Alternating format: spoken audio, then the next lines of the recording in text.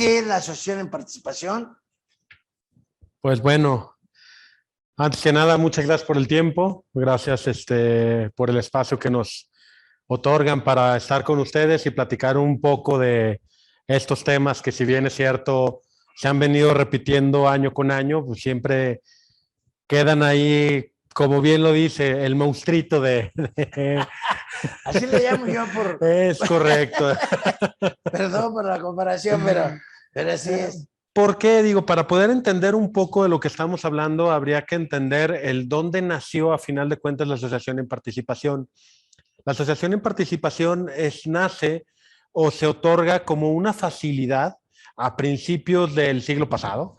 Así que para poder constituir un negocio de una manera mucho más sencilla y tratar de evitar el tener que formalizar o crear una nueva sociedad para poder llevar a cabo un negocio con una finalidad en específico.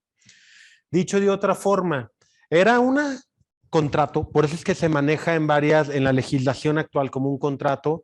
La misma ley general de sociedades mercantiles lo establece como si fuera un contrato, porque era un negocio que hacían dos partes, un asociado y un asociante, o varios asociados y un asociante, en el cual, para no tener que formalizar, crear una nueva sociedad, tener que cumplir con todas las características de un consejo de administración, establecer accionistas, etcétera, etcétera, y todas estas formalidades que tienen las leyes, perdón, las sociedades, que me establece la misma Ley General de Sociedades Mercantiles, y poder hacer un negocio en un conjunto, dos personas distintas, para llevar a cabo un bien en específico o una finalidad específica, sin tanta complicación, es que nace este fabuloso contrato, porque a mí se me hace una muy buena opción desde un tema mercantil, una pésima opción como lo adoptan las leyes fiscales.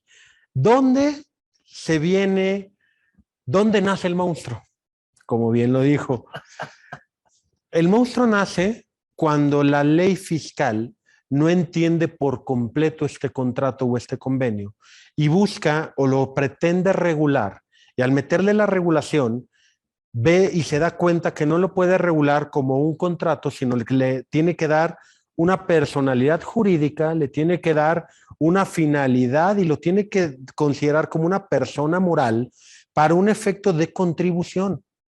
Ojo, ¿por qué se pierde absolutamente toda la visión y es una cuestión un tanto amorfa? Porque hay que entender una situación concreta.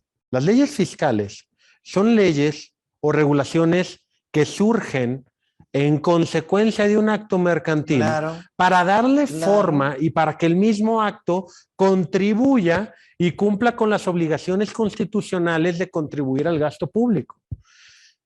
Es la forma en la que yo debo de decir cómo debe de pagar y cómo debe de causar una contribución. Claro.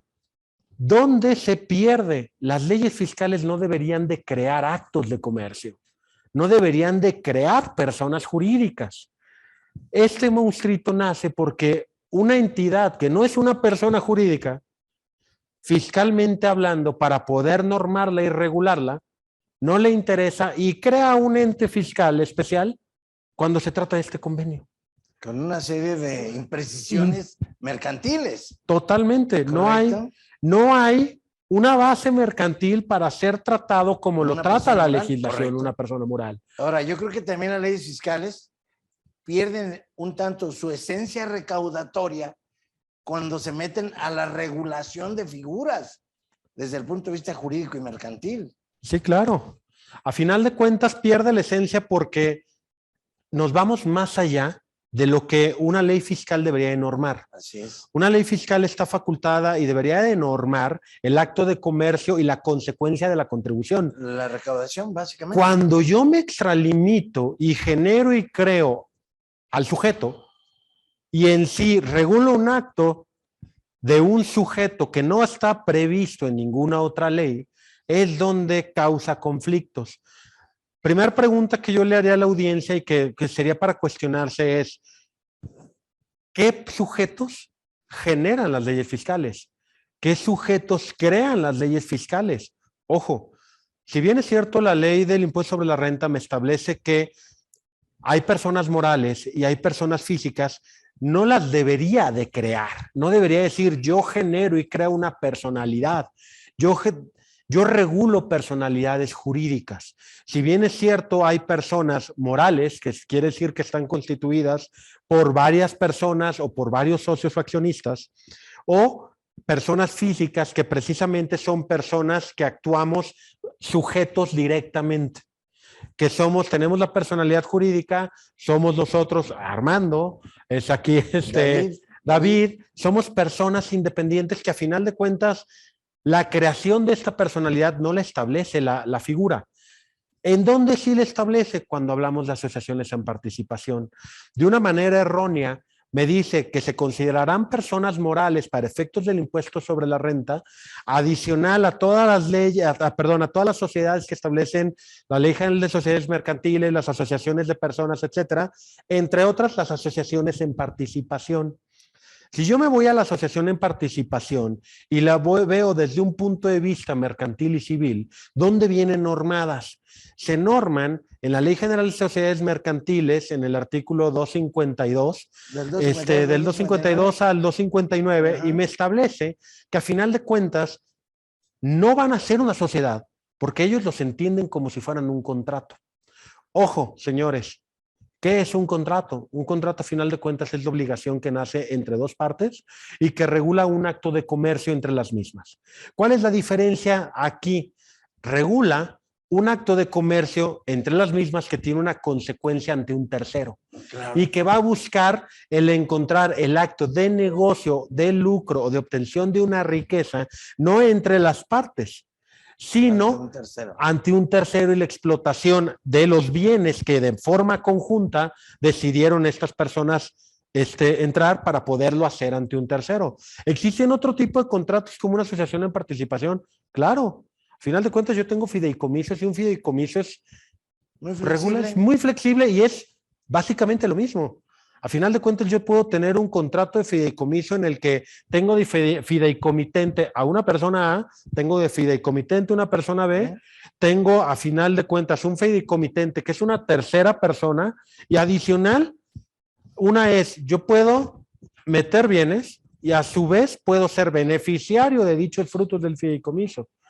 Incluso puedo obtener y generar actos de comercio ante terceros para que ese dichoso fideicomiso obtenga una riqueza. Correcto. Esa riqueza la voy a repartir entre mis fideicomitentes. Pregunta, ¿realmente es una personalidad jurídica o se queda únicamente en un contrato que tiene un fideicomisario, un fideicomitente y una fiduciaria que es un garante? Ojo, son estructuras que se utilizan principalmente como formas de garantía para yo poder generar negocios y generar, ahora sí que confianza ante terceros. Correcto. Es lo mismo un contrato de asociación en participación. Un contrato de asociación en participación, ¿qué características principales tiene? Debe tenerse. A final de cuentas, yo tengo una persona que se le conoce como un asociante. Asociante. Una persona, otras personas, porque pueden ser una o más, una u otras, que son los asociados. Sí. Esto no es otra cosa más que dos personas que ven una oportunidad de negocio en el cual uno levanta la mano y dice, bueno, yo voy a aportar ciertas cosas o ciertos activos o ciertos bienes que yo tengo para que otra persona aporte ya sea bienes, trabajo, dinero, etcétera, etcétera. Y ambos entremos en conjunto para desarrollar un negocio. Ese negocio, a final de cuentas, lo vamos a explotar o lo va a explotar el asociante ante terceros para que él recaude, cobre y genere este negocio del cual nos vamos a repartir las ganancias o las utilidades.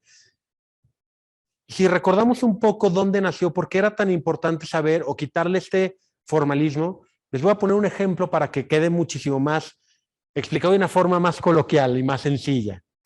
Supongamos que David se dedica tiene empresas que se realizan a la fabricación de automóviles.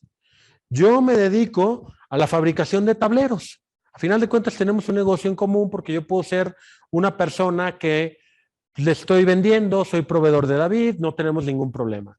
Y resulta que con varias pláticas nos juntamos y decidimos que tanto él, por los contactos que tiene, por el tipo de mercado en el que está inmerso, conoce a otro nicho de personas que les pudiera interesar un subproducto que pudiéramos utilizar con la merma que yo tengo de mi plástico y los contactos que él tiene, pudiéramos vender esa merma a un tercero o pudiéramos convertirlo para hacer llaveros, que no tiene un subproducto, su producto que no tiene nada que ver ni con el objeto principal de él, correcto, ni con mi objeto principal mío. Entonces, cuando vieron que existían posibilidades de que empresarios o de que empresas totalmente independientes a lo que era el objeto principal pudieran explotar estos beneficios, pudieran crecer con sus productos y pudieran vender y obtener este tipo de beneficios, es que este contrato tomó fuerza y existió. Es bueno, ¿para qué se asocian? ¿Para qué crean una sociedad y crean otra SADCB en donde ustedes metan dinero, yo meto esfuerzos, etcétera? Mejor hagan un contratito en el que ustedes dos acuerdan aportar toda la merma que tenga. David acuerda aportar las personas, acuerda los contactos y acuerda meter el dinero para llevarlo a cabo, porque como yo no me dedico a esto, yo voy a tal vez a tener que contratar un nuevo personal, voy a tener que contratar tal vez 1 o 2 activos que tenga y él me va a aportar el dinero para yo llevarlo a cabo. De tal suerte que cuando nos repartamos o terminemos vendiendo estos llaveros van a generar una riqueza, van a generar una renta. Esa renta que se obtenga es la utilidad que yo voy a tener y supongamos que yo tuve una utilidad de 100 pesos, le voy a decir a David, vamos 50 y 50, aquí están tus 50 pesos y aquí están mis 50. Hasta ahí, todo es perfecto. Todo perfecto. A final de cuentas, él se lleva su participación, yo me llevo mi participación. Ahí no había ningún problema y la ley general de sociedades mercantiles me regula que con este contrato David nunca va a dar la cara porque él es el asociado. Correcto. Yo soy el asociante, yo soy el que voy a dar la cara. Se entiende o se presume que todos los bienes son míos, que yo soy el dueño de la actividad que estamos realizando, así como también al ser dueño, yo soy el responsable de todo lo que estamos haciendo. Yo reconozco que él tiene un beneficio que se lo voy a terminar enterando y hasta ahí muere. Ahí teníamos todo un negocio perfecto. ¿Qué voltea a ver la autoridad? La autoridad voltea y dice, no, espérame. Yo creo que ese negocio que tú estás haciendo está mal regulado porque Armando se dedicaba a otra cosa y un objeto social totalmente diferente. David tenía un objeto social totalmente distinto. Entonces dice, no, espérense. Si ustedes están realizando una actividad económica nueva con un objeto totalmente diferente y un objeto nuevo, a mí para un efecto fiscal no quiero que se llame ni David ni quiero que se llame Armando. Quiero que se llame Armando AMP dedicado a la venta de llaveros. Entonces mete su cuchara. La cuchara también hay que reconocerlo, no la metió nada más porque se le hubiera ocurrido. Se metió porque precisamente, para empezar, es historia vieja y antes de que existiera el título 2, había un título séptimo y existían otro tipo de llevar o de determinar el tributo en el cual yo podía separar a final de cuentas razones o actividades comerciales. Comerciales, correcto. En esa actividad comercial es donde la AMP figuraba y si yo tenía 2 actividades comerciales, yo podía sujetar como Armando a mi actividad de AMP y a mi actividad como Armando ciertas utilidades, ciertas pérdidas y yo podía hacer una distinción entre lo que yo llevaba. Para poder normarlo, dijo el SAT, no, espérame, ahí yo llego y me estás metiendo el gol porque cuando yo reviso a Armando, resulta que está mezclando pérdidas de su actividad en AMP y las está reduciendo. Para que se den un poco más a la idea, sucede lo mismo cuando yo soy una persona física con distintas actividades. Esas diferentes actividades, yo tengo mi actividad, que puedo tener una actividad empresarial, puedo tener una actividad de arrendamiento y puedo tener una actividad de sueldos y salarios. Si yo tengo distintos tipos de actividades, pues al final del día yo voy a sujetar mis ingresos dependiendo de las actividades que yo tenga y voy a sujetar deducciones dependiendo de lo que yo realice. De tal suerte que si yo tengo deducciones únicamente que puedan equipararse con la renta, pues yo no puedo mezclar esas deducciones con mi actividad empresarial. Sucedía más o menos lo mismo en personas morales antes, con este título, en donde realmente a mí me permitían, pues, segregar estas acciones y en la planeación se perdió y se buscaban y se obtenían pérdidas por mezclar estos dos tipos de actos o actividades. Entonces se les ocurrió una excelente idea. A ver, señores, si tú quieres tener una actividad que no tenga nada que ver contigo como Armando y me la puedas separar, dale el carácter de persona moral y dale el carácter de que sea una persona completamente diferente a una persona, a un Armando persona física. De ahí es que lo parten y le dan este reconocimiento, este pequeño monstruito que, si bien es cierto, no es que estuviera bien, tiene una mayor lógica o congruencia a lo que leemos al día de hoy. Cambian los títulos, viene el título 2 a final de cuentas, pierde toda, carece ya de una eficacia a final de cuentas jurídica el dejar Correcto. este tipo de personas aquí. ¿Qué sucede si yo no doy de alta este contrato? Pues Armando se queda con todas las obligaciones y tiene que cumplir con ellas como si fueran otros ingresos. Entonces yo voy a tributar por la totalidad de mis ingresos. Se supone que, bueno, como dijiste atinadamente, maestro Armando, la autoridad recaudatoria quiere regularlo por los abusos que hubo de esas lagunas Es que tiene la correcto. regulación.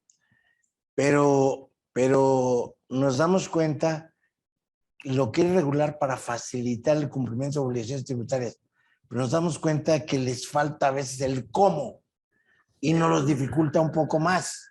Es correcto. De tal manera que en lugar de promover el uso de esas figuras que nacieron para facilitar una o dos operaciones, no vamos a hacer una SA porque una empresa es temporal para 4 operaciones o temporalmente para traer artículos educativos, didácticos o lo que sea, ¿no? Es correcto. Pero pareciera pues que les pone tan fuerte el candado que desmotiva la utilización. Las mata. Las mata. La realidad es que las mata, mata, porque volvamos un poco a final de cuentas a este ejemplo donde yo tenía este negocio. Ojo, son negocios finitos. La diferencia de una SA es, si nosotros montamos una empresa, es porque pretendemos que la empresa persista en el tiempo y a final del día termine siendo un negocio que tenga una temporalidad pues recurrente, que tenga un negocio en marcha. O si bien es cierto que sea para un fin o un objeto en específico, pero ese objeto en específico sea con una temporalidad elevada, ya sea para explotar una mina, poder llevar a cabo una concesión, etcétera, etcétera, pero que en el plazo del tiempo se mantenga. Y es para un objeto tal vez o un fin específico, pero de gran escala, por así decirlo. Sí, o permanente. Permanente.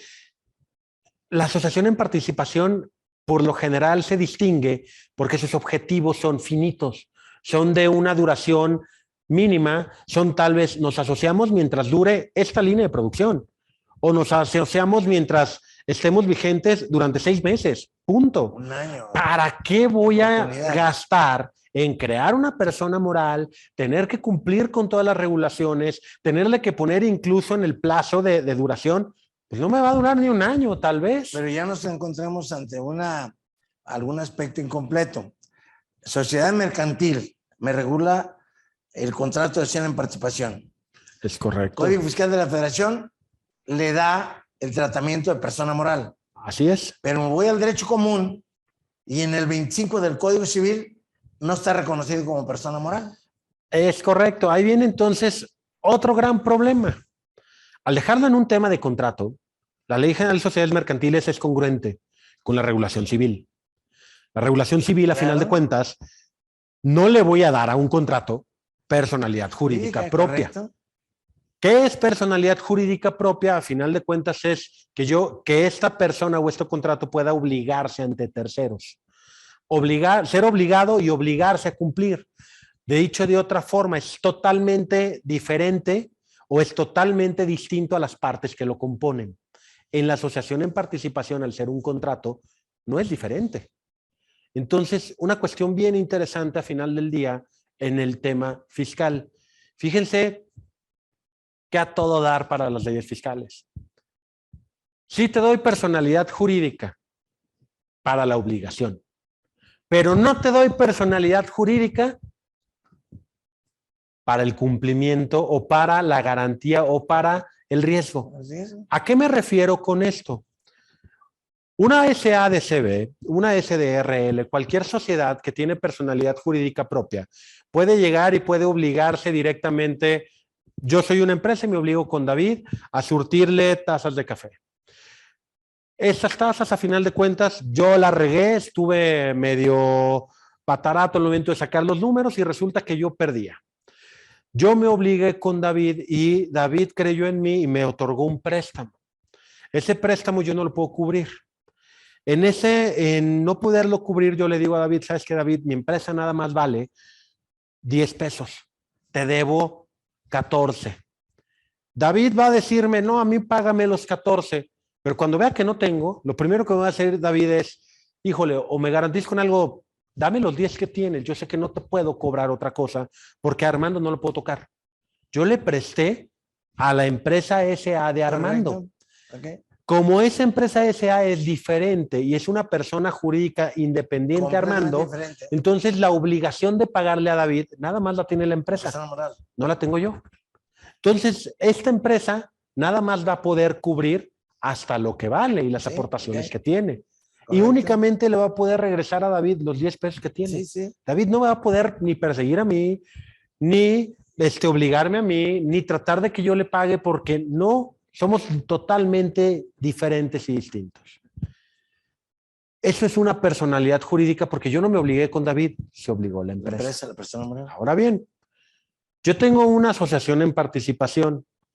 Para un efecto fiscal, la asociación en participación se obligó con David. David, ya la empresa AMP de Armando, le está vendiendo a David. La AMP para efecto fiscal reconoce que tiene un contrato de venta con David. La AMP le está haciendo facturas y CFDIs independientes a Armando. Le está comprando y tiene una actividad comercial independiente fiscalmente a la de Armando. Resulta que la AMP de Armando no puede cumplirla a David. Se va para abajo. David voltea y me dice, Armando, ¿me debes tú? Y yo le digo, no, ahí está la AMP. No, señor. De acuerdo a la cuestión civil, mercantil, quien le debe y quien es el obligado, soy yo, es Armando. Yo soy el asociante. David va a voltear y me va a decir, no, señor, tu actividad comercial me la debes tú. El obligado eras tú. Tú me respondes. Porque la AMP no tiene personalidad jurídica. La AMP carece de personalidad jurídica. La obligación de yo surtirle estas tasas, directamente firmé un contrato con David. David no lo firmó con la AMP.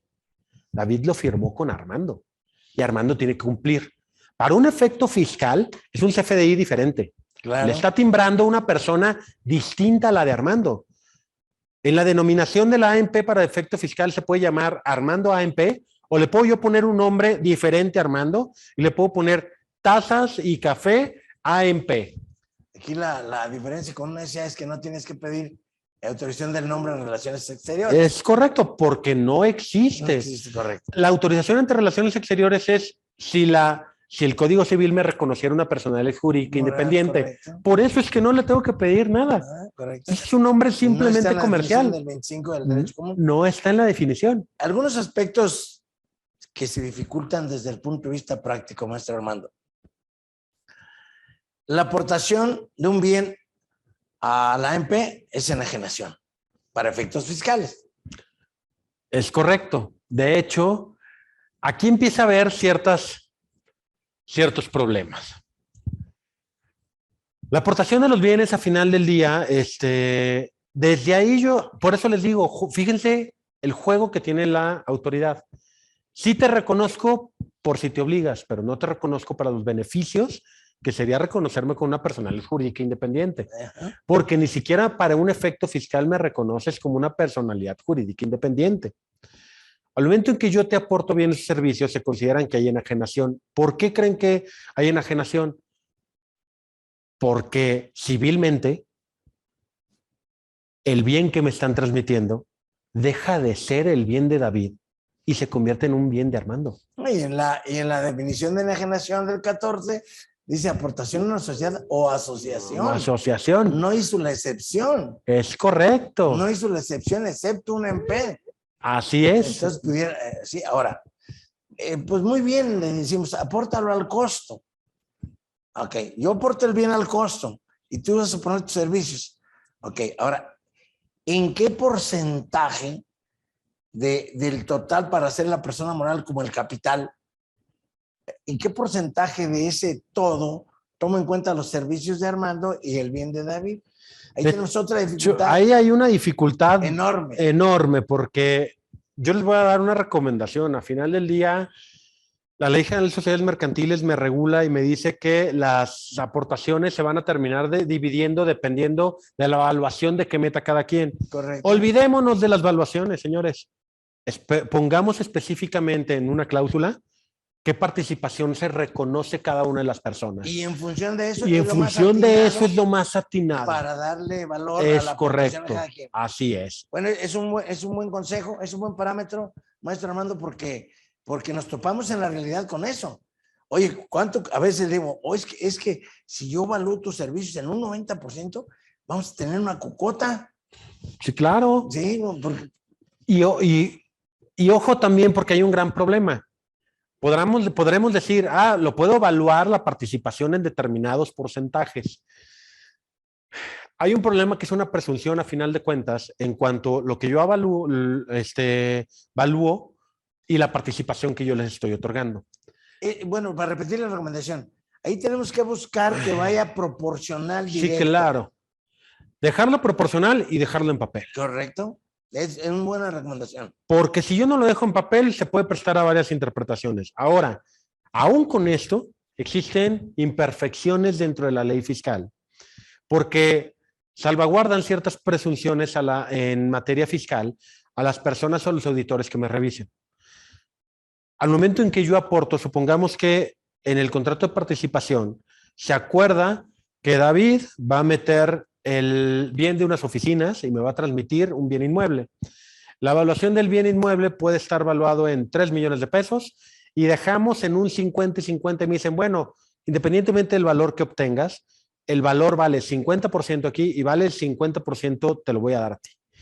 El momento en que yo reconozco esta evaluación y resulta que yo estoy aportando un valor mucho menor de los 3 millones y estoy dando tal vez bienes o valores que alcancen 1 millón, al momento en el que él aportó ese predio a mí, porque esa es la asociación en participación, que al no tener y carecer de una personalidad jurídica propia, lo que está haciendo David es transmitirme su propiedad a Armando, porque así es como se transmiten. Sí, ahorita vamos a tocar un poco el punto práctico, porque... Pues es lo que tenemos dificultad. Pues, es correcto.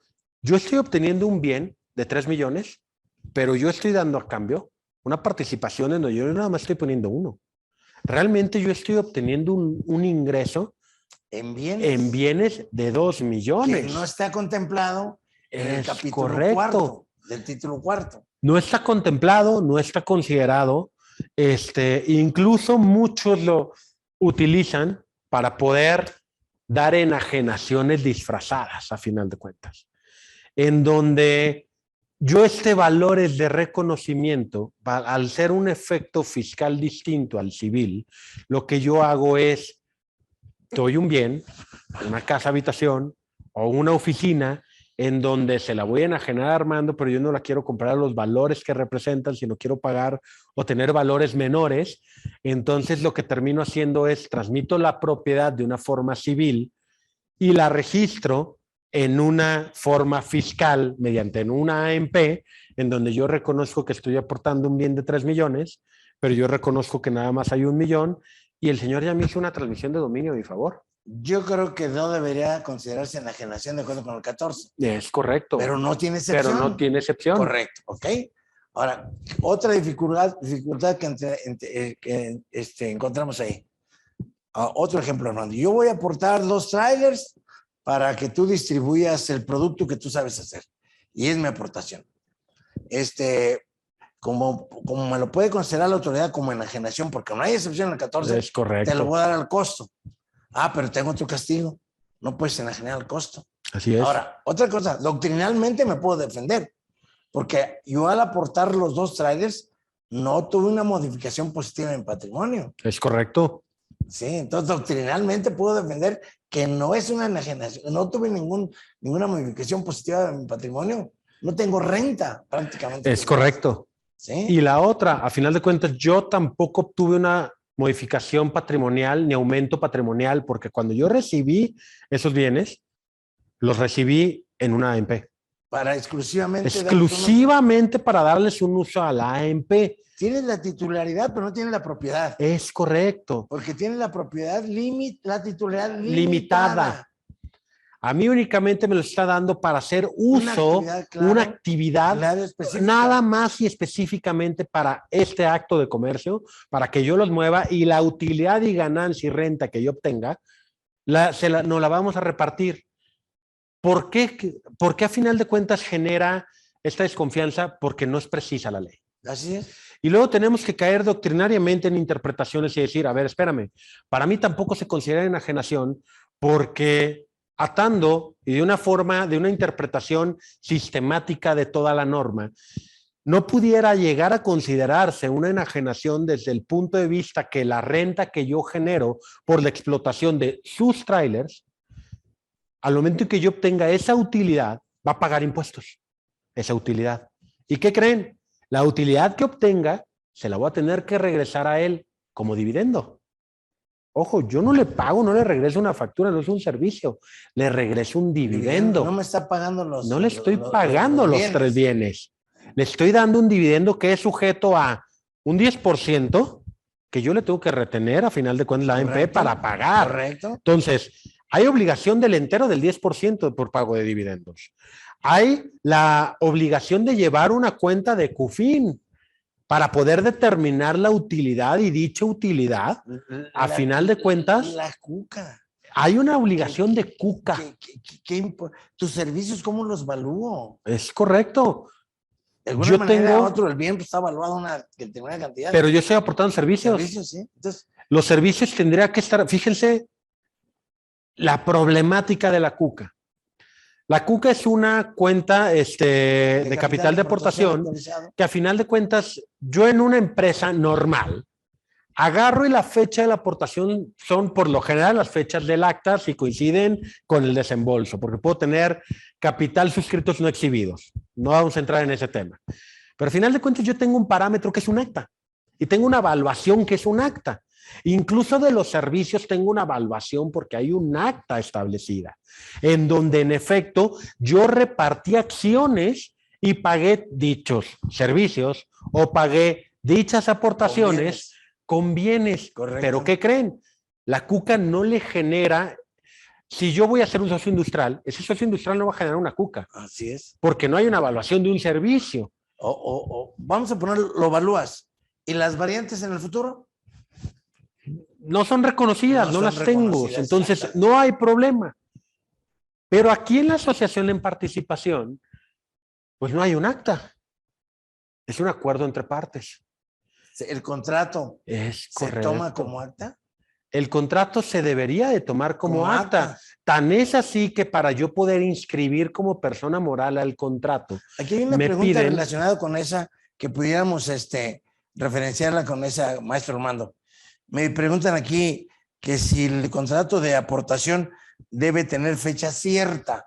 Entonces yo creo que combinándolo con que le podemos dar valor de acta al contrato, podríamos decir que sí debe tener Fíjense una cierta. cosa, ahí hay una pregunta que es, ¿el contrato debe tener?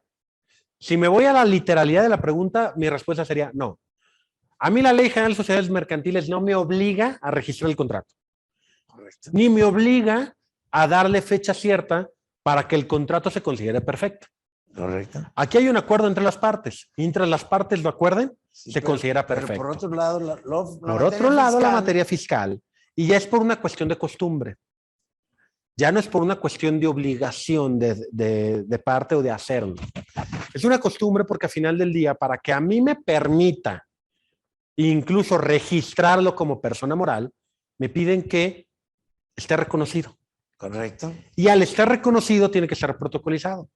Y si está protocolizado, tiene fecha cierta. Para poderlo registrar en el RFC. Para poderlo registrar al RFC. Entonces sí le está dando el carácter de acta a este contrato.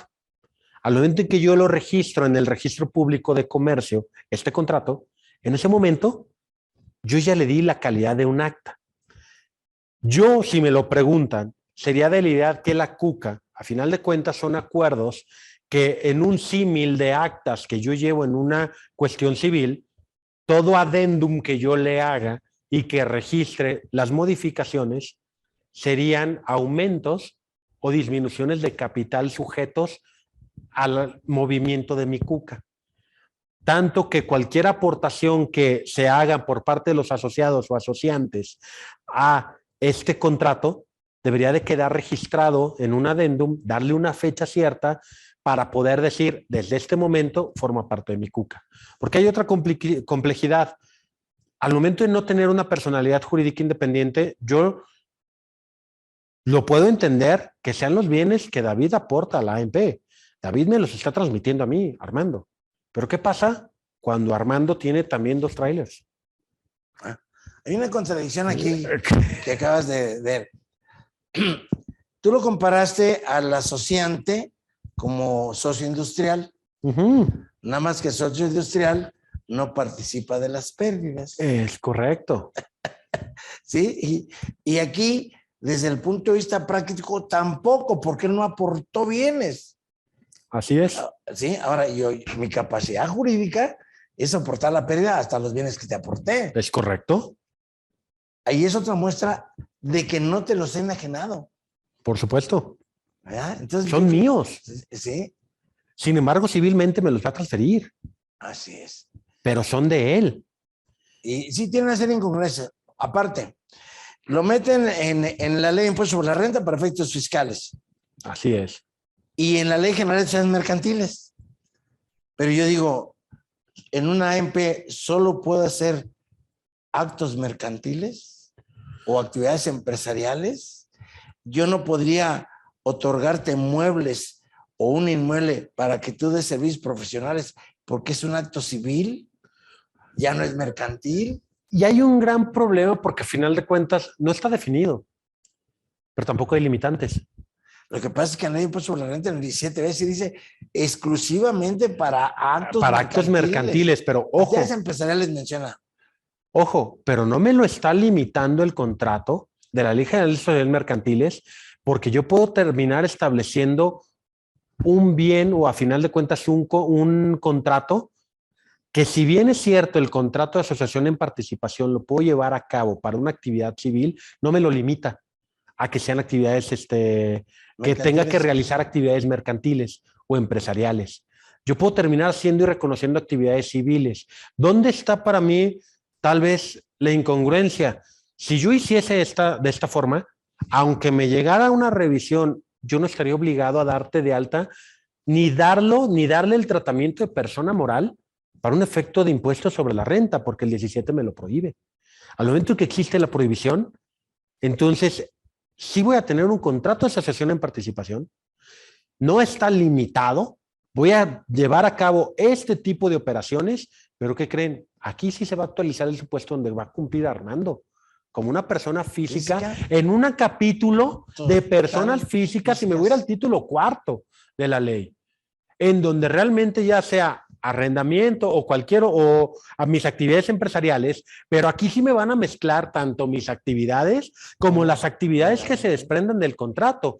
Para mí, ¿cuál es la restricción o la consecuencia? La consecuencia sería que se imposibilitaría la opción de ser considerado como una persona moral, que aquí es donde la autoridad no termina de entender que lo que a mí me está presentando como una opción que me facilite la vida, el poder incluir este contrato como una persona moral, en realidad me la está complicando. Muchísimo. Y en realidad está haciendo que la eficacia de una asociación en participación se pierda.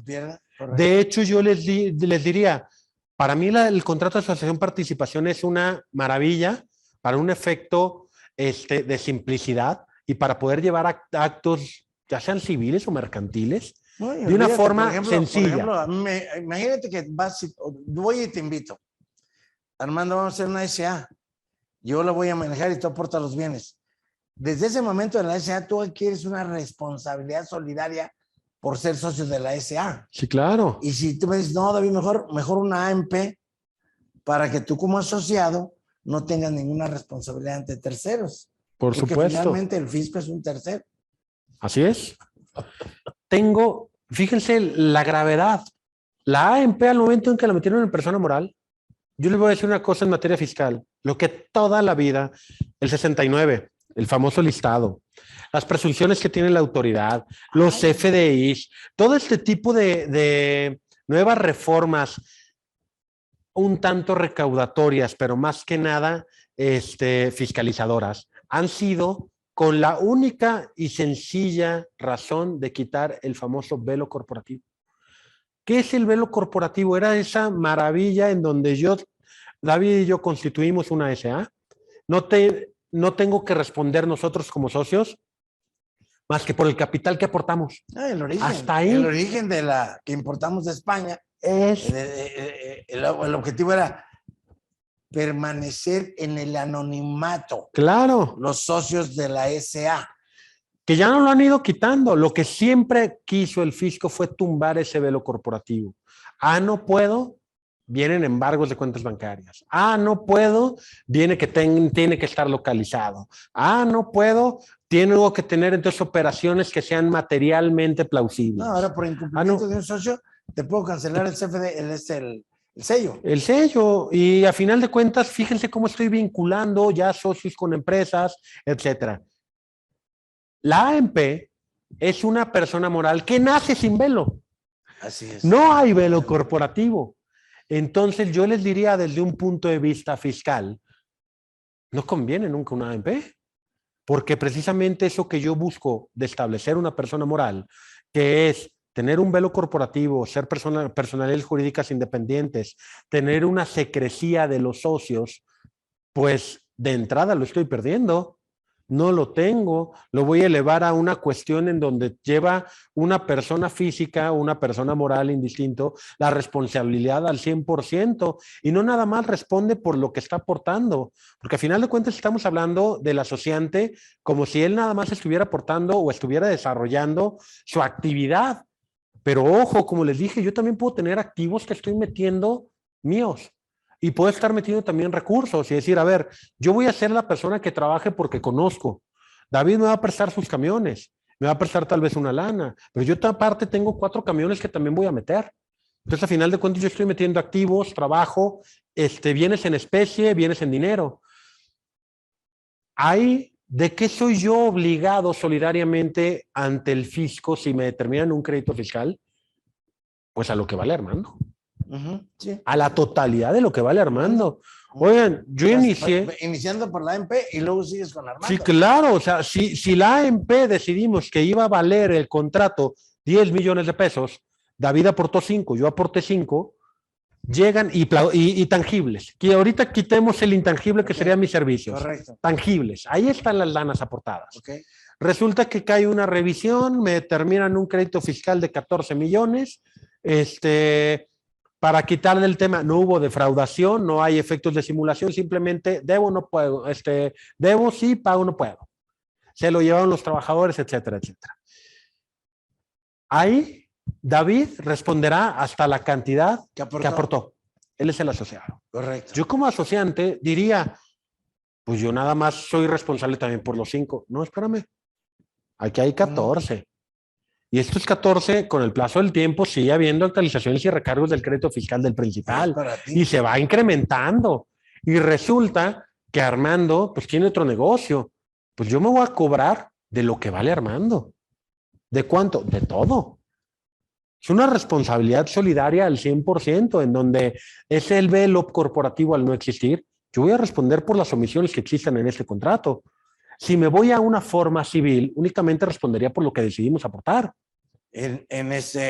Aquí con toda esta problemática que nos ha puesto en contacto o en contexto más bien, el maestro Armando, podemos ver que algunas figuras que nacen originalmente para facilitar la actividad del comercio, con una flexibilidad más que otras figuras, finalmente la autoridad las ha dificultado.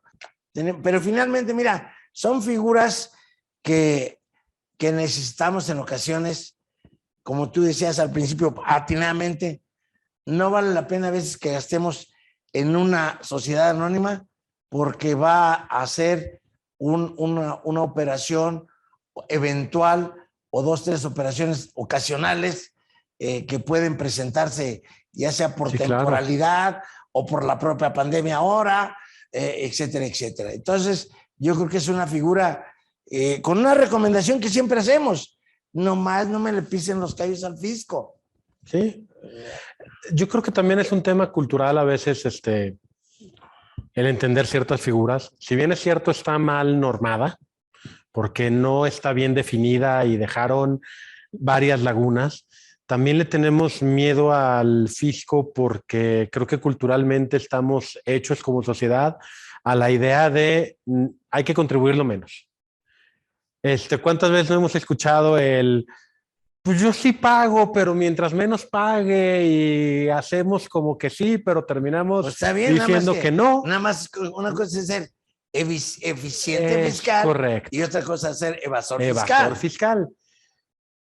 Yo creo que esta es no hay que tenerle miedo tampoco tanto a las asociaciones en participaciones. Correcto, estoy de acuerdo. Porque si yo planteo desde un punto de vista, hasta en la economía son muchísimo más atractivas, y les pongo un ejemplo. Tocaba ahorita el tema de los fideicomisos.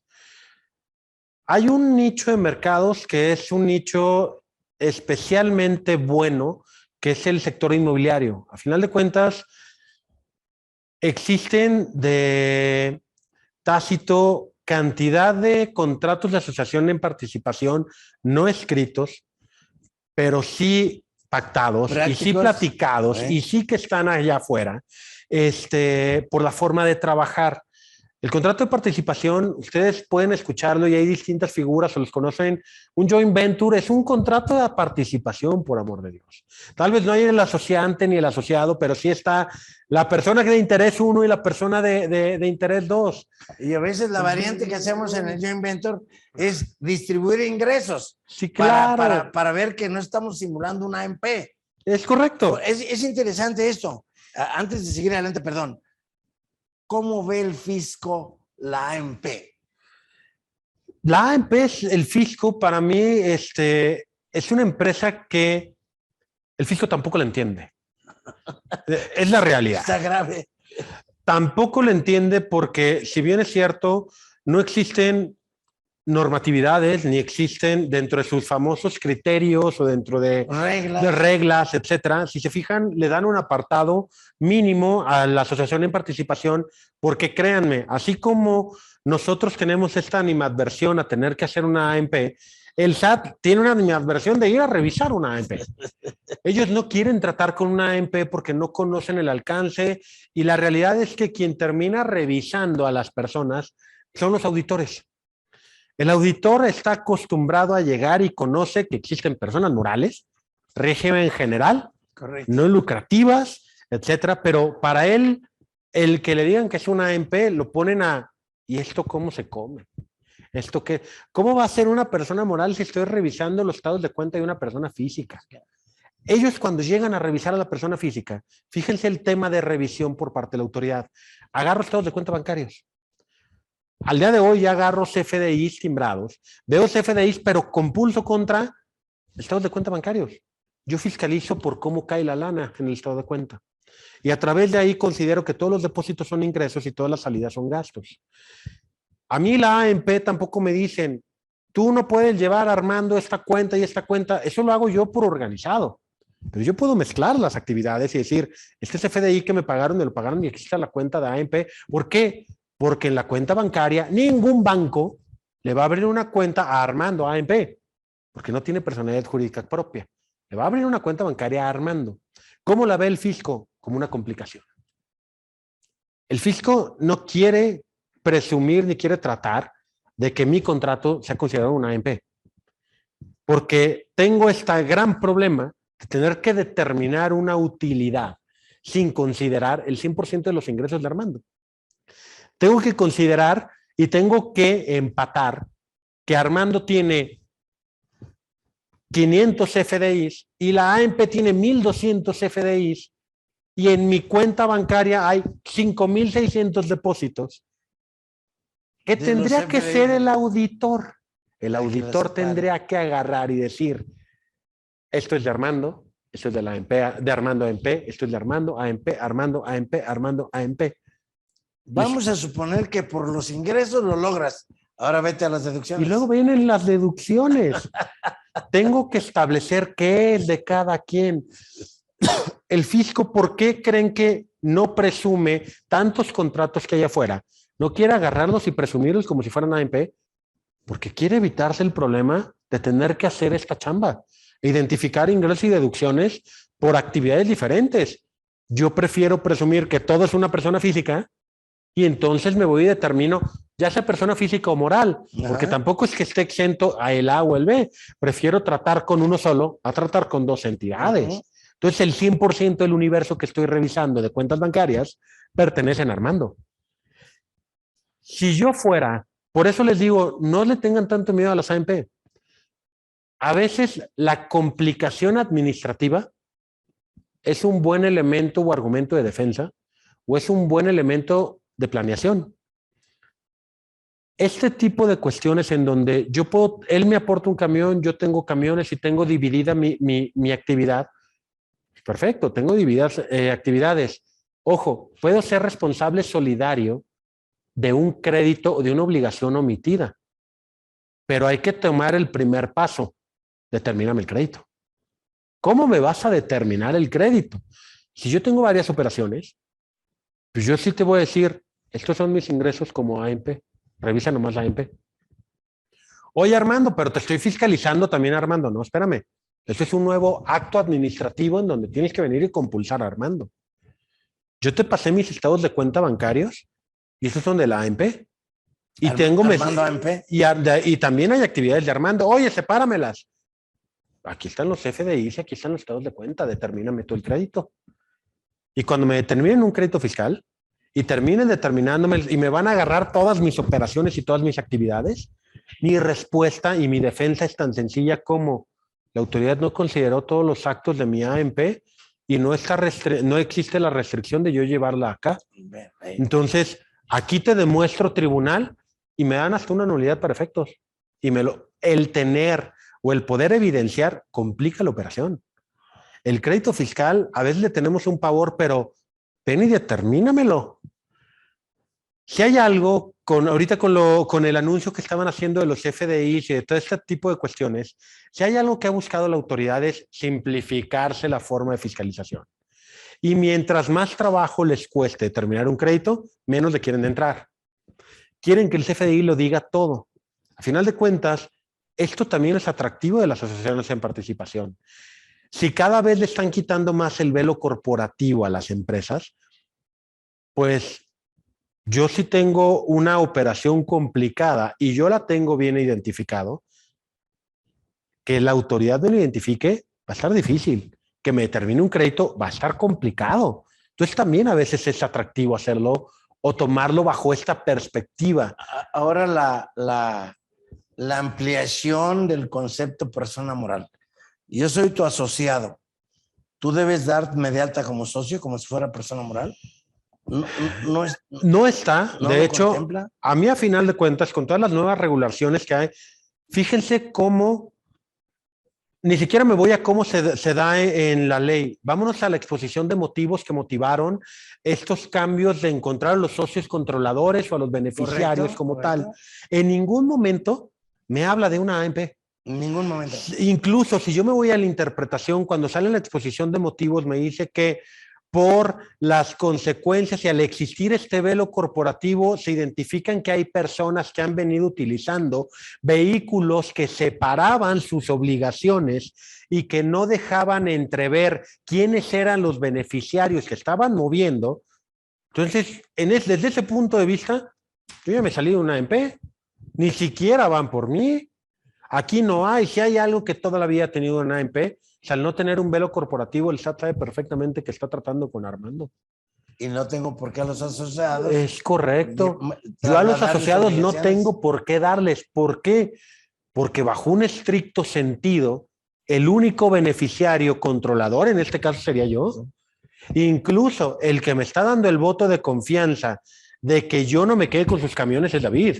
¿Sí? Porque él ya hizo un traspaso de propiedad de sus bienes. De titularidad. De titularidad, porque se entiende que yo soy el titular de los bienes. Así es. Entonces, desde un tema civil, el único beneficiario soy yo. Sí, así es. Quien lo está controlando soy yo. Sí. No puede él actuar por interpósita persona porque él no tiene una representación mía. Yo soy el obligado, por eso es que los dejaron fuera. Para mí estas reformas, yo no estaría obligado en una AMP el dar a los asociados. Y tan no estoy obligado que es letra muerta, porque ¿qué creen? Ya tienen la información del asociado. Si cuando yo di de alta mi contrato, ahí la tiene ya. Ahí la tiene. Correcto, pero no le va a caer la obligación de beneficiario controlador, no le va a caer la obligación de... Es correcto. Incluso yo les diría, no hay mejor forma de un beneficiario controlador. Y si quiero transmitir bienes a título no oneroso, agarro una AMP. O sea, todo depende de qué es lo que yo quiera. O sea que sí y podemos del encontrar vehículo. Muchas ventajas. De las AMPs. De las sí, AMP. Ojo, si yo me voy para un... Y fíjense lo irónico.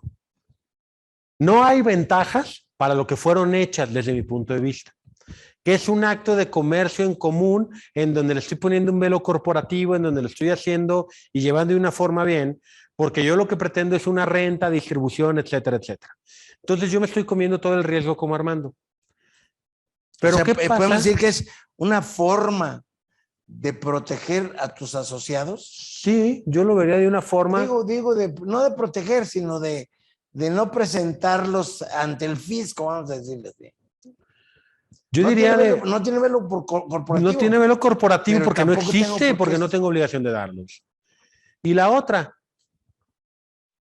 David puede decirme, yo te paso la titularidad de estos bienes. Los paso tal vez a un costo. A final de cuentas, para mí esa actualización de no puede venderlos, no pueden enajenar el costo, yo creo que la AMP debe ser o se debe de entender que hay una excepción, porque cumpliendo con el quinto, materialmente sí existe una razón de negocio. Claro que sí. Y la razón de negocio no es monetaria. Así es. Sí es a largo plazo, pero es para establecer un nuevo nicho económico, que no necesariamente me tiene que dar una renta porque pude haber perdido, pero ahí está la razón de negocio y se entiende que la sola existencia de la creación de un nuevo nicho de negocio es más que suficiente para yo poder transmitir al costo. Entonces, aunque me quisieran presumir que lo estoy aportando a un valor de costo, pues no generaría una enajenación. Como decíamos doctrinalmente, yo no estoy teniendo ningún perjuicio. Hace rato, maestro Armando, dijiste, y varias veces lo han mencionado, al compararlo con el fideicomiso. No quisiera ver en este momento las ventajas fiscales o de comercio, pero el fideicomiso me suena más a garantizar una operación. Es correcto. Y al garantizar una operación le da mucho más confianza al inversionista. Por supuesto. Sí, pero sí podemos establecer. Ahora, también me dijiste algo muy cierto. En el ingreso del fideicomiso tiene ciertas obligaciones, pero el ingreso, la ley es clara, va para el asociante, para el fideicomitente o fideicomisario. Es correcto. Correcto. Aquí por eso era importante establecer los porcentajes de utilidad de participación. Así es. ¿Algo que nos puedas platicar de esas dos figuras? De hecho, sí. La figura del fideicomiso es una figura de garantía. Una figura que a final de cuentas nace para poder llevar a cabo un negocio. Puede ser una garantía de administración. Correcto. O puede ser una garantía literalmente operativa. Donde yo tengo dos tipos de fideicomiso, uno de administración y otro de garantía como tal. ¿Cómo funcionan estas figuras? Vamos a desarrollar un negocio en conjunto. Y también depende qué es lo que yo busque. Si yo el negocio lo voy a hacer entre un asociado y un asociante, quiere decir que yo no estoy buscando terceros que crean en mi proyecto y que inviertan en mí. El asociado ya existe y el asociante ya está y nos tenemos confianza. Correcto. Desde ese punto de vista, yo puedo simplificar todo con un simple contrato y llevar a cabo una operación, un bien inmueble, una situación inmobiliaria. ¿Cuándo se ve? No sé si han ustedes escuchado en donde yo soy constructor y David tiene el terreno. Al final de cuentas, David va a aportar el terreno para que yo lo desarrolle y lo terminemos vendiendo. Pero vamos a actuar con mi lana y él va a aportar su bien inmueble. Yo voy a construir en su bien inmueble. Yo puedo dejarlo en un convenio y en un contrato de asociación en participación, donde él aporte el terreno y yo aporte mi trabajo y el dinero para que esto, que era nada más un predio sin urbanizar, termine siendo un edificio o termine siendo una plaza comercial y salir a la venta y venderlo. Te comprometes en buscar las fuentes de financiamiento. Es correcto. Porque, o lo puedo financiar yo con mi lana. Financiar correcto. El tema del financiamiento es importantísimo para definir la figura. Exactamente. ¿Por qué? Porque aquí hay confianza entre los dos. Y el patrimonio del contrato es de David y mío. Aquí no hay ningún tercero. No tengo que garantizarle a nadie. Okay. Él cree en mí, yo creo en él. Correcto. Eso es más que suficiente. Aquí hay un tema. No nos alcanza para desarrollar porque su predio puede valer 5 millones. Yo tengo 5 millones, pero vamos a terminar haciendo una torre de 14 pisos que me va a costar 38 millones de pesos. No nos alcanza el patrimonio. Quiero buscar terceros, fuentes de financiamiento. Ahí es donde entra el fideicomiso. Y puedo encontrarlos de dos maneras, como inversionista o como acreditado. Es correcto. Aquí es importantísimo el saber, pónganse del otro lado, el financiamiento. ¿Quién me lo va a terminar dando? Un tercero. Si yo llego únicamente con un proyecto, ese proyecto me van a meter lana. ¿A quién le van a meter lana? ¿Con base a qué? ¿Qué garantía existe de ese predio? ¿Dónde lo tienen? Yo nada más veo a David y Armando que están desarrollando. Entonces, primera cuestión de las asociaciones en participación y de los financiamientos. ¿Quién obtiene el financiamiento? ¿Lo obtienen los asociados o lo obtiene el asociante? Ojo, al haber una personalidad jurídica independiente. Esa es la que lo obtiene. Esa es la que lo obtiene. Yo la tengo que obtener toda. Sí. Porque yo soy el asociante. ¿En dónde está la garantía? En Armando. A ver, nada más entonces para separar o establecer la distancia. Si vamos a hacer un proyecto entre tú y yo que no metamos a terceros, una AMP es recomendable. Es correcto. ¿Verdad? Y con las salvedades que hemos dicho, la interpretación que le des, hazla conservadoramente. Es correcto. Para no perder el objetivo del negocio por obtener un beneficio fiscal. Que debe prevalecer la razón del negocio. Es correcto. Así es. Si vamos a hacer un proyecto en donde vamos a involucrar a terceros, ahí recomendamos la figura del fideicomiso, y no tanto por una cuestión meramente fiscal, sino por una cuestión de confianza. Confianza, correcto. Porque yo voy a llegar a sentarme con Juan III, y Juan III, que no conoce ni nunca ha escuchado hablar de nosotros, van a decir, ¿y yo por qué te debería de soltar 2 millones de pesos a razón de qué me los vas a garantizar? ¿O qué me vas a dar a cambio? ¿Cómo funciona un fideicomiso? Un fideicomiso, a final de cuentas, funciona en donde él no me cede el predio a mí, se lo cede al fideicomiso. Yo mi trabajo y el dinero lo entero al fideicomiso y eso me genera derechos. Esos derechos de retiro yo me quedo como fideicomitente con el derecho de recibir algo a cambio. Ahí puedo pactar la participación que puedo... Es correcto. Y puedo pactar la participación que sea igual que en el contrato. Yo puedo decir, vamos, 60-40, 50-50, como sea. Al final del día, yo puedo terminar estableciendo participaciones, igual que en el contrato de AMP. Nada más que aquí interviene un tercer elemento, que es la fiduciaria, que es una empresa o una persona moral del sistema financiero, en donde él es el garante. Yo estoy trabajando con Banbajío, con Banorte, con HSBC, en su institución fiduciaria, en donde realmente yo estoy velando para que la lana y el patrimonio que se metió a este negocio se utilice únicamente para levantar esta torre.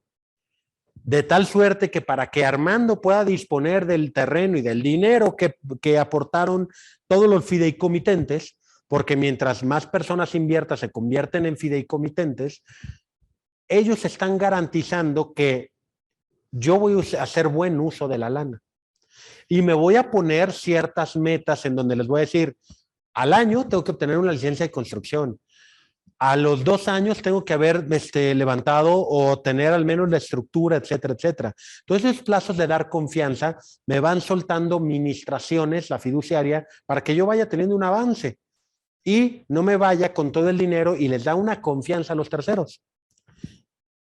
¿Pero qué creen? Pues la fiduciaria cuesta, la fiduciaria cobra, la fiduciaria paga se le paga una renta, se le paga por firma, lleva un costo mucho mayor.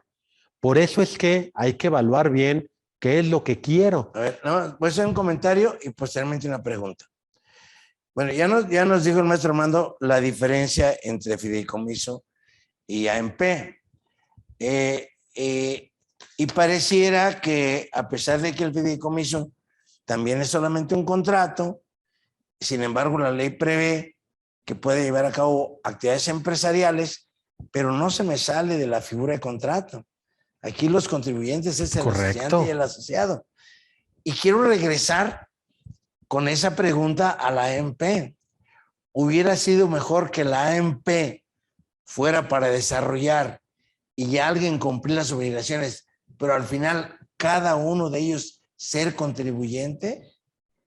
Sería menos complicado. De hecho, sería mucho menos complicada esa figura, porque yo, número uno, estoy fiscalizando una sola persona y yo a final de cuentas estoy obteniendo el rendimiento o la renta del negocio, estoy sacando como una actividad empresarial que yo tuve. Ahora vamos a suponer que logramos hacer eso o que estamos de acuerdo en que quien deba llevar sea la AMP, pero la contribución debe ser de los participantes de la AMP. Y yo digo, oye, pero ya existe una figura así que se llama copropiedad. Es correcto.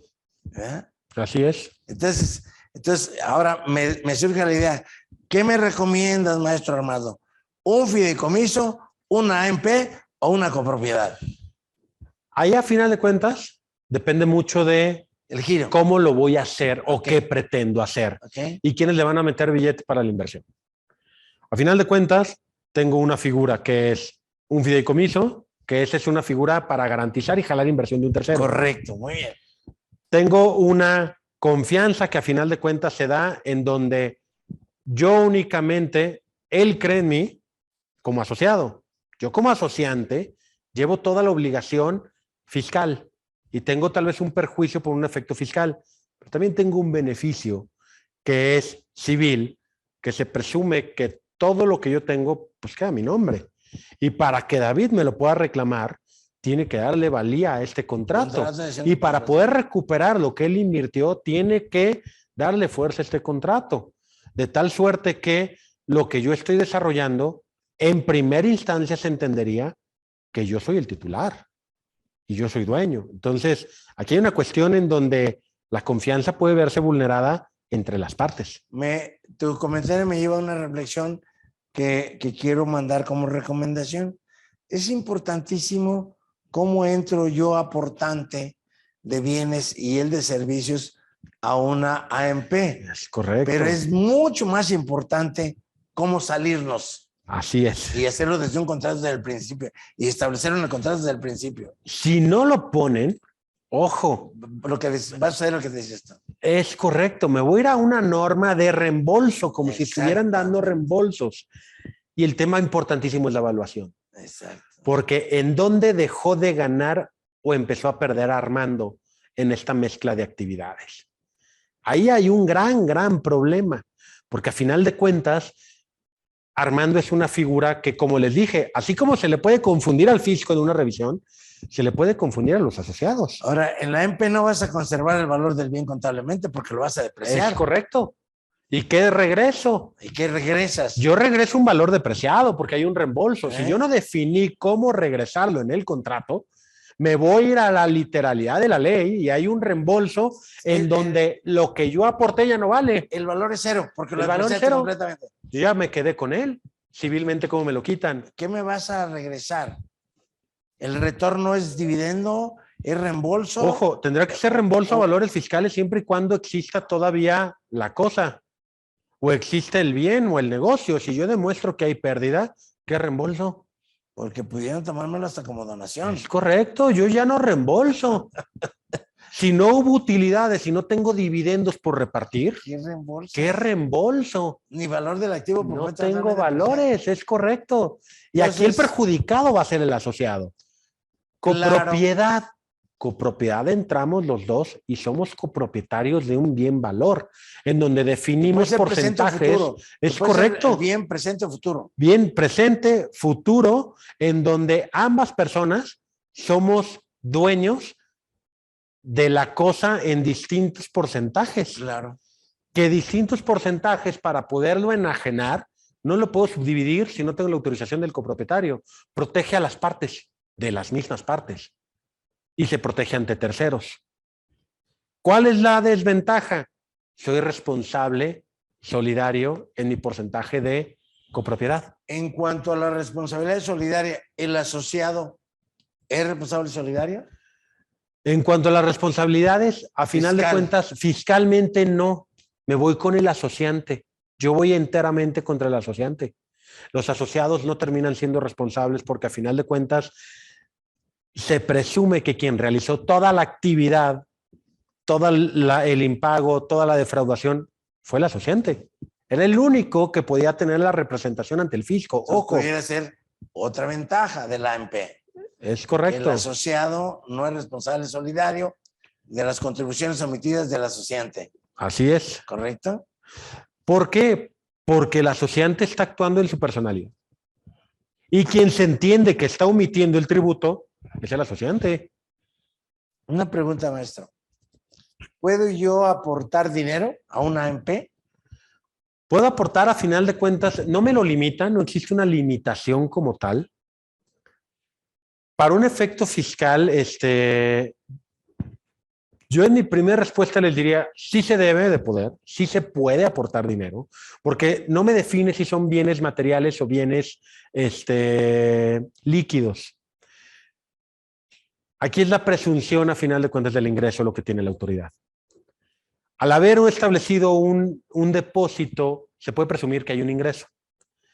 Al haber, si yo lo equiparo al estar metiendo una enajenación, un bien inmueble, cuando hay enajenación yo lo empato un costo en donde tengo un valor en lo que enajené, pero un valor de costo y llevo a un esquema de cero.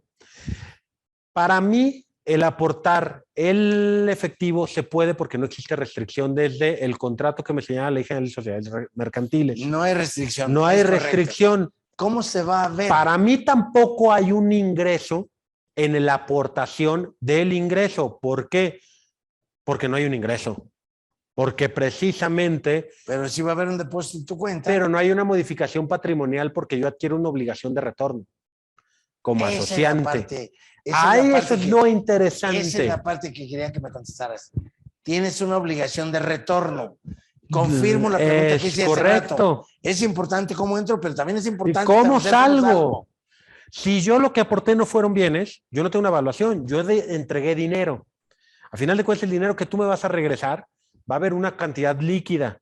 Si yo defino cómo salgo, es lo aportado, se le tendrán que disminuir las pérdidas que se llevó a cabo el negocio, que deberán de ser comprobadas por el asociante. Y lo que quede tendrá que reembolsarse.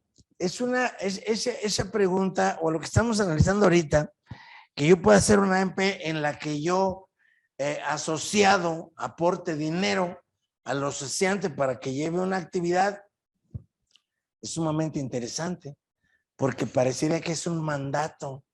Pareciera que es un mandato, pero sin representación, porque las cosas las va a hacer a tu nombre, maestro Armando. Es correcto. ¿Sí?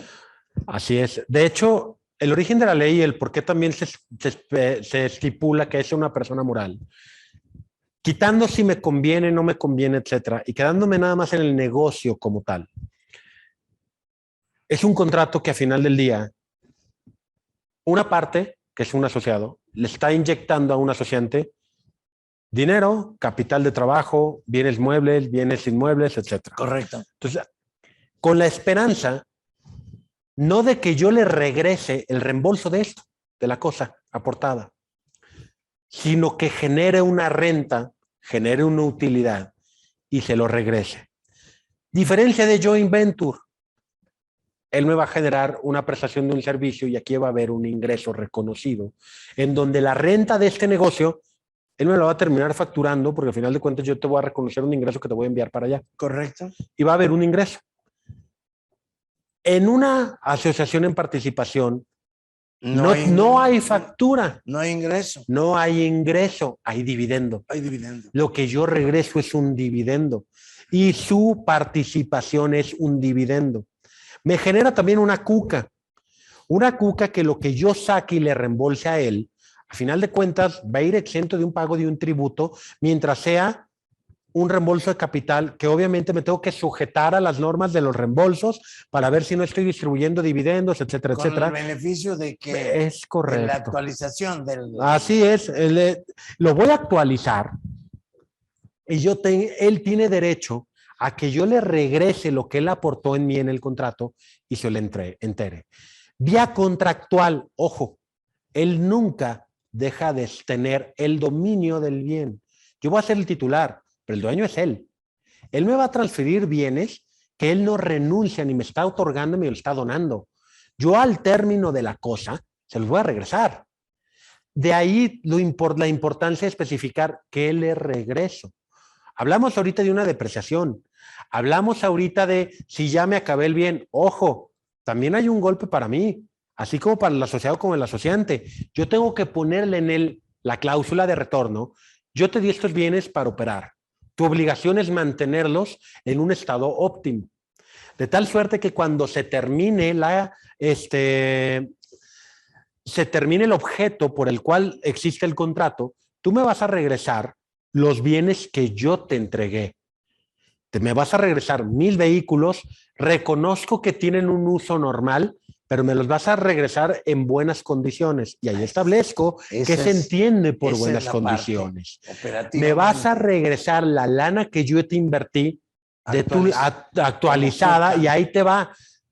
Yo se la voy a regresar y le voy a regresar sus bienes y le voy a regresar la lana. Y todo eso va a salir de una cuenta de Cuca y van a ser reembolsos de tal suerte que para él no sea un ingreso tampoco.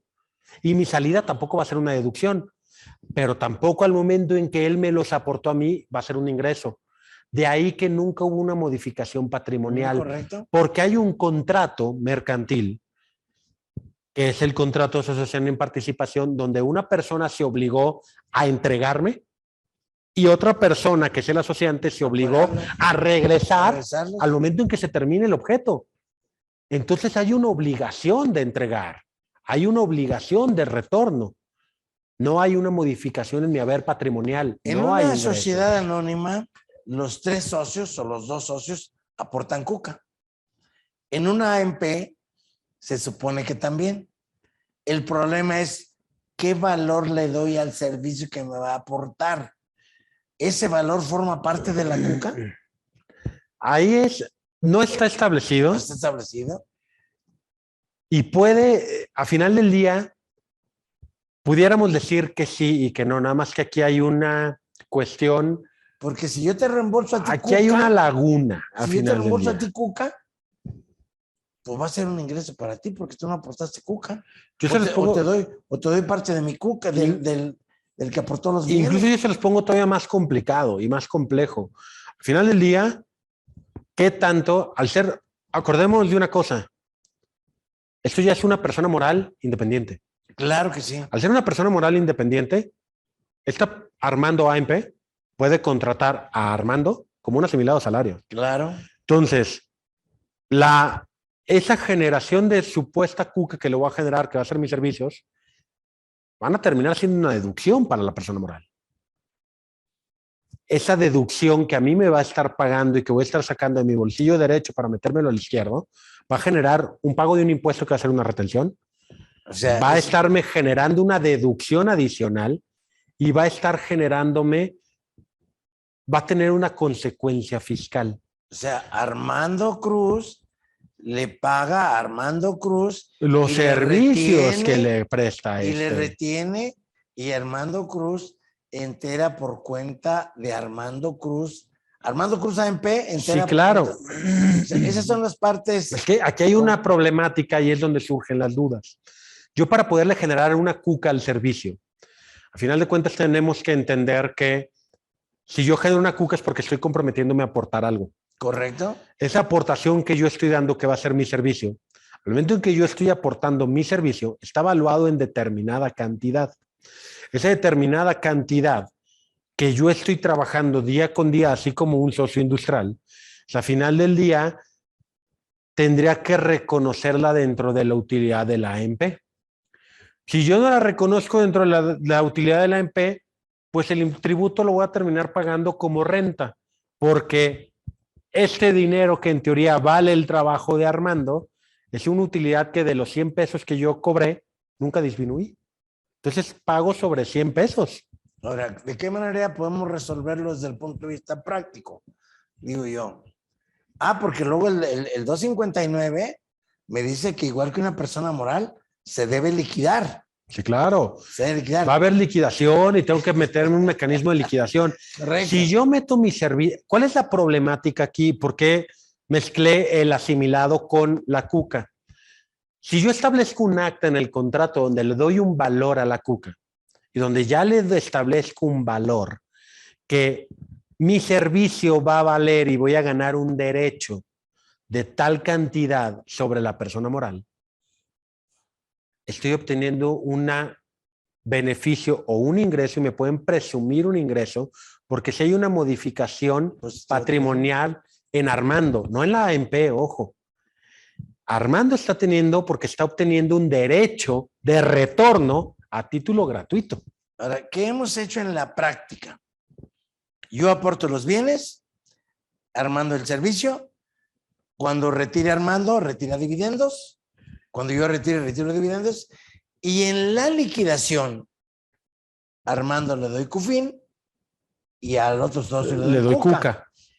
Y lo que exceda de esos topes es dividendo para ambos. Es correcto. O sea, esto lo estamos haciendo de una manera conservadora. No, porque además... No, lo estoy haciendo porque así lo opté, no porque me lo diga. Porque además no hay otra forma de hacerlo. ¿Sí? No hay otra forma de hacerlo. No podemos formar cuca de los servicios. En la práctica no lo hemos hecho. En la práctica, de hecho, yo sí he visto como una forma de planeación, generar cuca de los servicios, en donde realmente terminan evaluando el servicio, digo que valgo 2 millones o 3 millones de pesos, lo aporto, hay un contrato, genero esta acta, etcétera. Nada más que hay una ligera, es jugar con el momento de obtención del ingreso. El ingreso no lo voy a obtener cuando se haga el reembolso hacia Armando. El ingreso lo obtuve cuando evalué los servicios y le generé una cuca acá. Entonces a veces juego con temas de caducidad o de prescripción. ¿Qué haría yo si quisiera crear el servicio del servicio de una cuca? Diría, Armando, para que puedas entrar, dame una factura de servicios por tu participación. Hay un ingreso por mi parte. Ya pagaste el ingreso y ya me forma cuca con más confianza. Por supuesto. Entonces, sí hay formas, pues, pero hay que buscarle.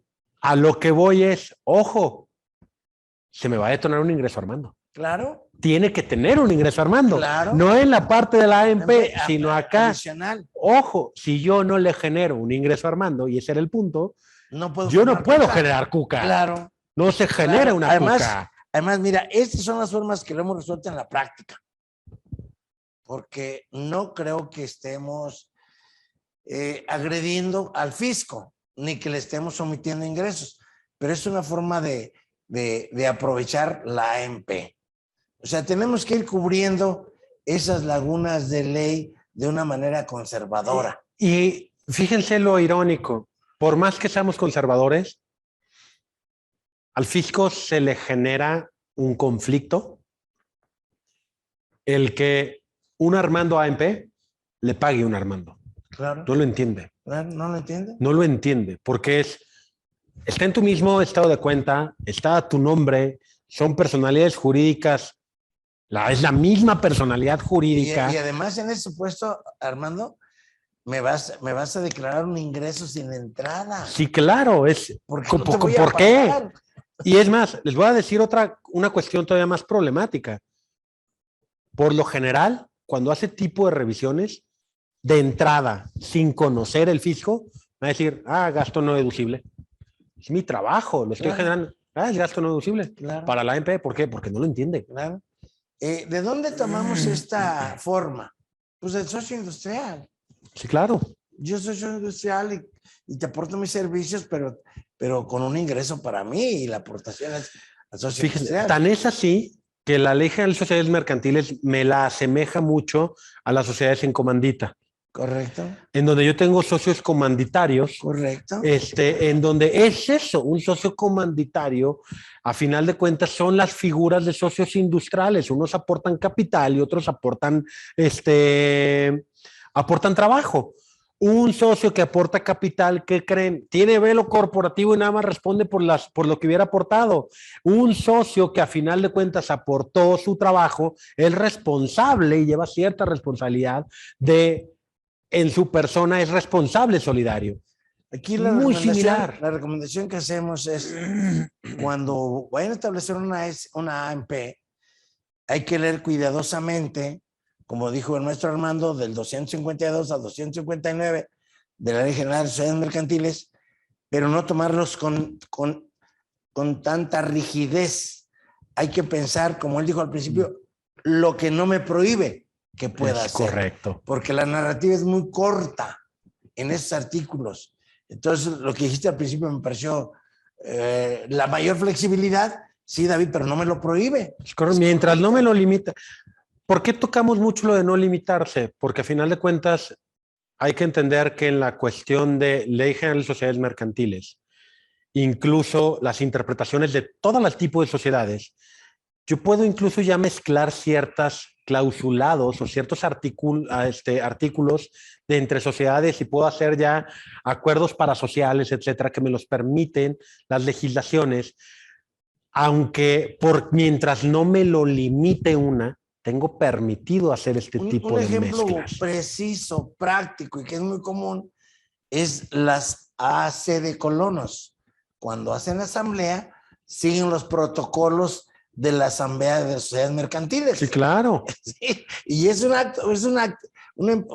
figura civil con protocolos en la informativa anual. Así es. Con todos los protocolos de las leyes generales de sociedades mercantiles.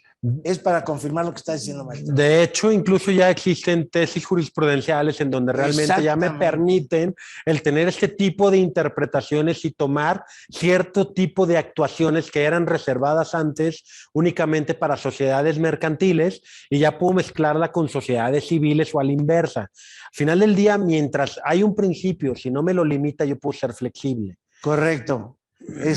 ¿Algún último comentario? Me gustó un comentario que hacías en un principio, ¿en qué casos debemos buscar utilizar una AMP?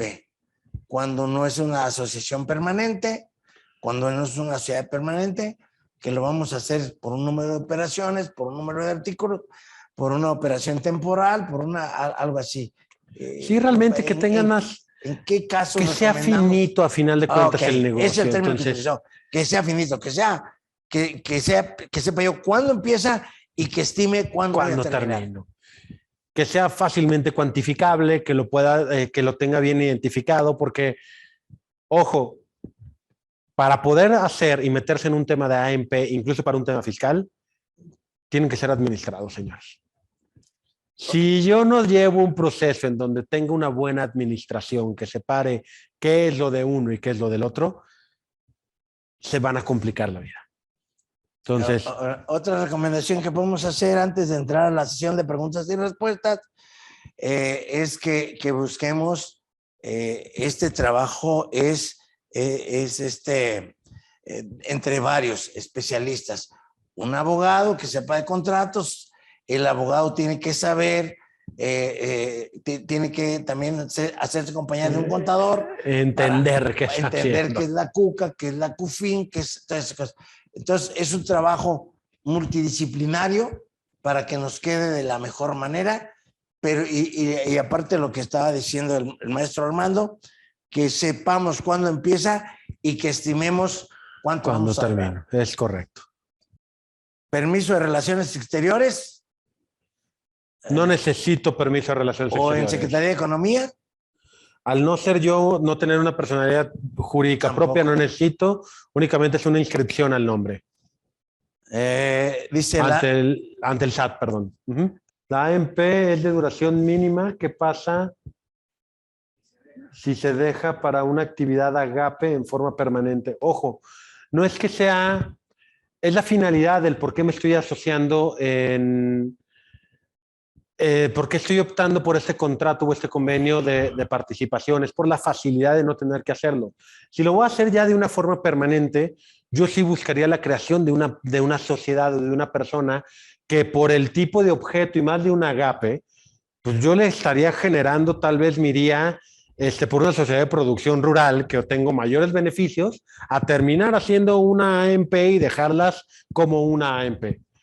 Aquí, si la persona que hace esta pregunta es por conservar la propiedad de la parcela, pues sería mejor de otra figura, porque Es aquí correcto. Tiene que ceder la titularidad al asociante.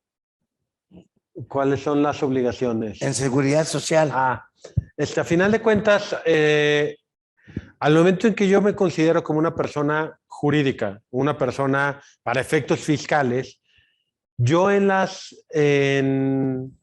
obligaciones que yo tenga en seguridad social, ojo, el patrón soy yo y el patrón termina siendo Armando.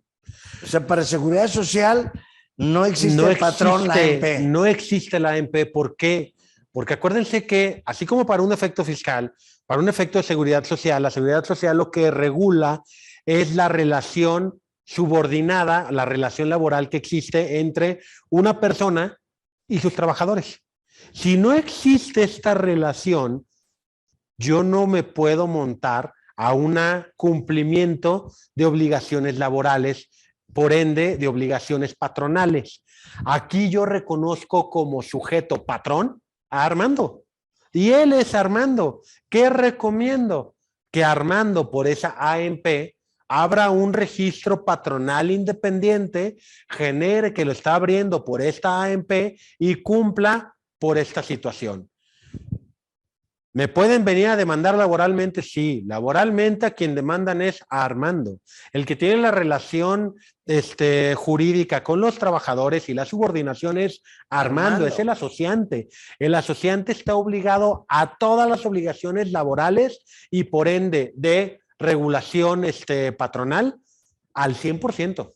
Correcto. No la AMP, ustedes no se contratan con un contrato, se contratan con Armando. Las aportaciones en la especie.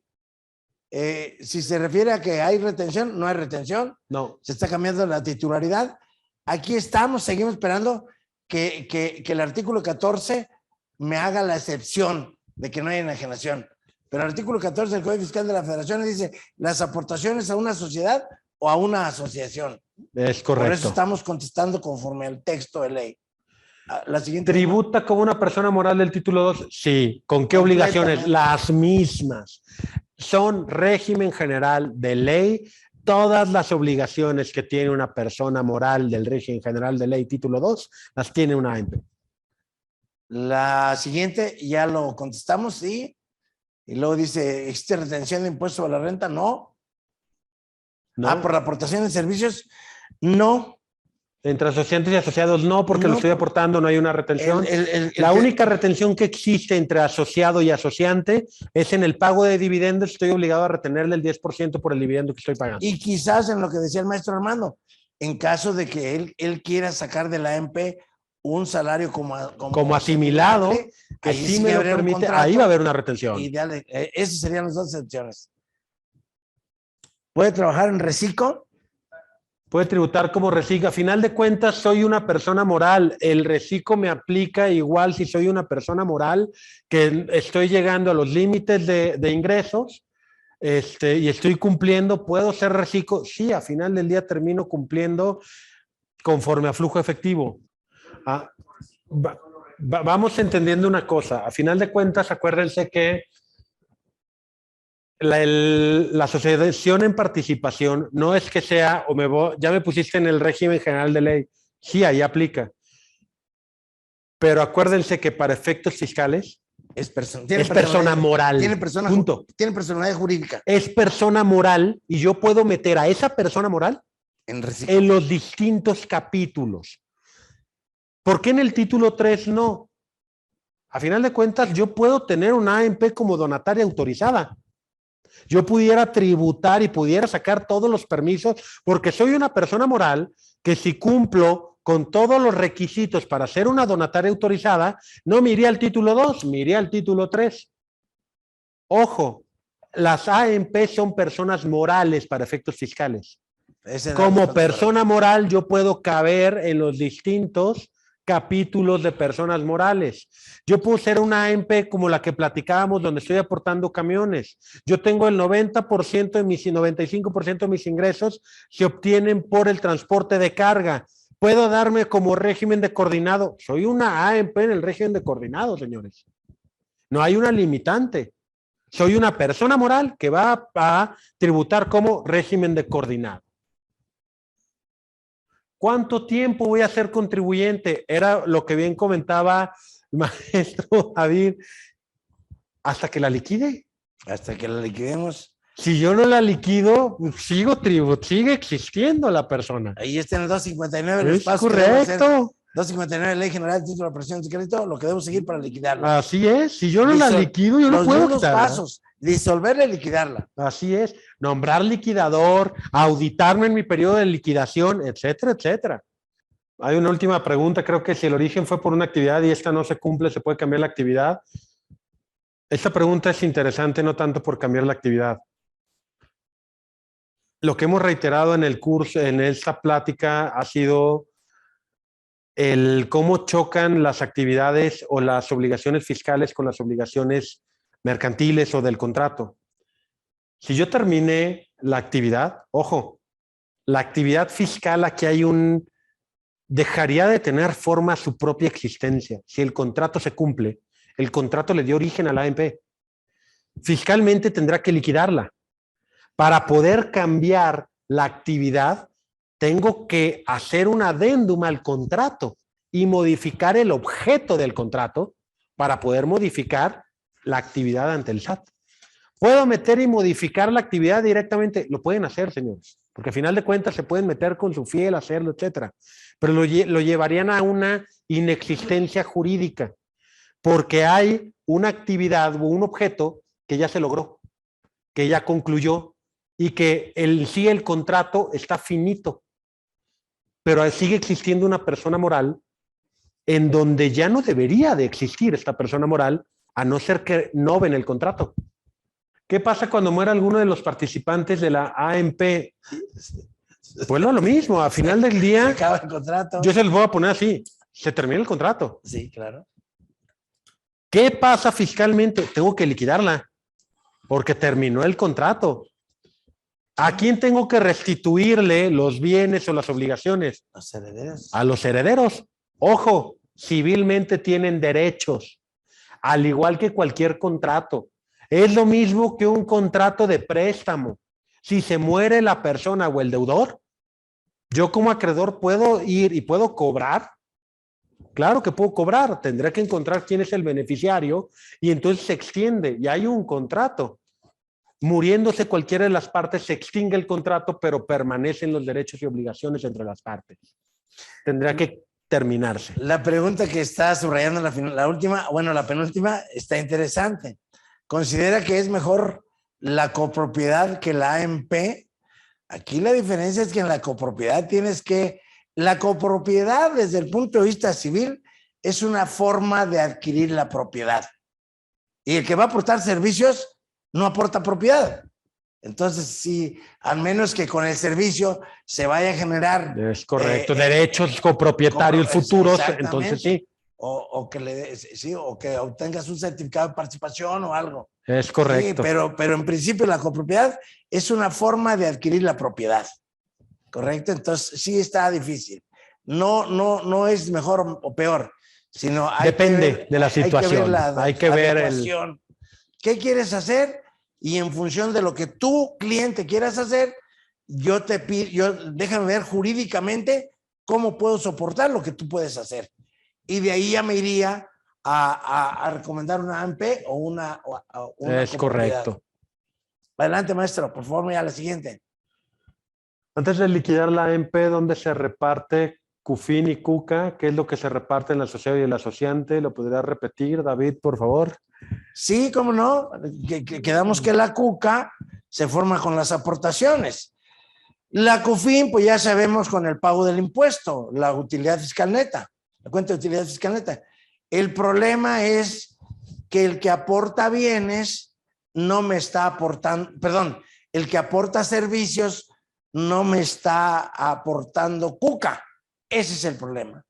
Entonces, cuando yo liquide, si establecemos un porcentaje igual que una persona moral, pues esa persona, aunque no haya aportado CUCA, va a tener derecho a una CUCA. Esa es la salvedad. ¿Correcto? Pues bueno. ¿Alguna despedida con plática, pues, recomendación? Digo, realmente, pues muchas gracias. Yo les invitaría nada más a considerar que tenemos varios vehículos. Estamos casados en donde vemos que nada más se ponen de moda las SA y todo es SA. Se ponen de moda las SDRL, todo es SDRL. Ahorita están de moda las APIs, todo es API. Y recordemos que hay un porqué en cada sociedad y en cada creación que simplifica las cosas, que hay varios vehículos a su disposición. Yo los invito que no nos casemos con, es que este es mejor, este es peor. No, hay una sociedad y un vehículo idóneo a lo que ustedes estén pensando realizar. No se casen con uno. Aprendan a poder discernir y decir, si yo voy a hacer esto y esto, mi mejor vehículo es este. Si yo voy a hacer lo mismo, pero voy a obtener otro tipo de financiamiento, etcétera, pues puede ser que el vehículo que hubieran dicho aquí no es el mismo para acá. Hay que entender que existen muchas opciones. Eso es lo que yo les invito. Ahora, una recomendación que siempre hacemos, no por obtener un beneficio fiscal, pongan en riesgo el patrimonio. ¿Correcto? Sí. Todo es relativo.